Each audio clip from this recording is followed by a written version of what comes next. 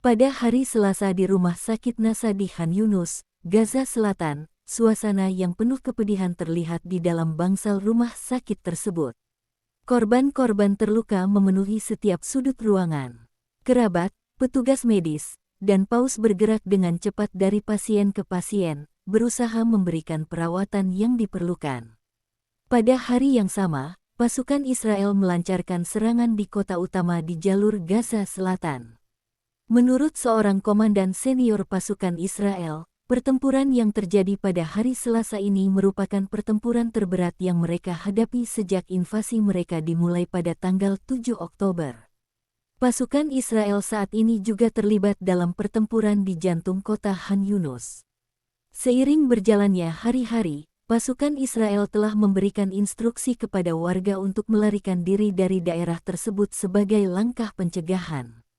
Namun, pada hari Selasa, selebaran baru diterbitkan oleh pasukan Israel yang memerintahkan warga untuk tetap berada di tempat penampungan selama serangan.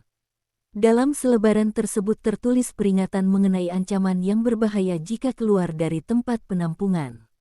Israel sebelumnya telah menghentikan serangannya di bagian utara Gaza, namun mereka kini memperpanjang kampanye darat mereka untuk memusnahkan penguasa Hamas di wilayah Intah. Israel menyatakan bahwa mereka menerima umpan balik yang konstruktif untuk mengurangi risiko bagi warga sipil, selama umpan balik tersebut sejalan dengan tujuan mereka untuk menghancurkan Hamas.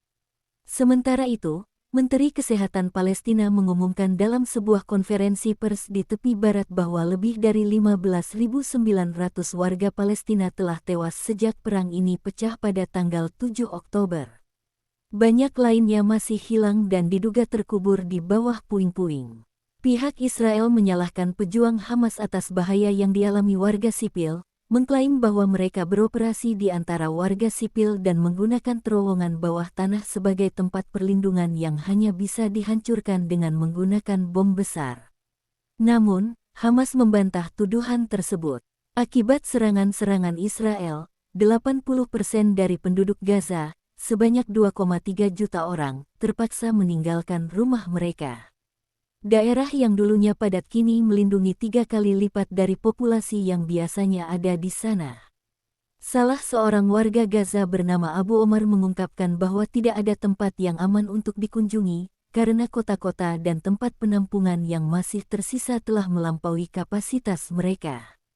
Perlindungan yang dijanjikan Israel di beberapa daerah Gaza ternyata jauh dari memenuhi persyaratan dasar, dan kekurangan sanitasi serta tempat berlindung menciptakan kondisi yang rentan terhadap penyakit. Juru bicara UNICEF, James Elder, mengungkapkan bahwa hanya gencatan senjata yang dapat menyelamatkan anak-anak Gaza saat ini. Ia menilai bahwa tindakan Israel sebagai tidak manusiawi dan tidak peduli terhadap nasib anak-anak dan wanita di Gaza.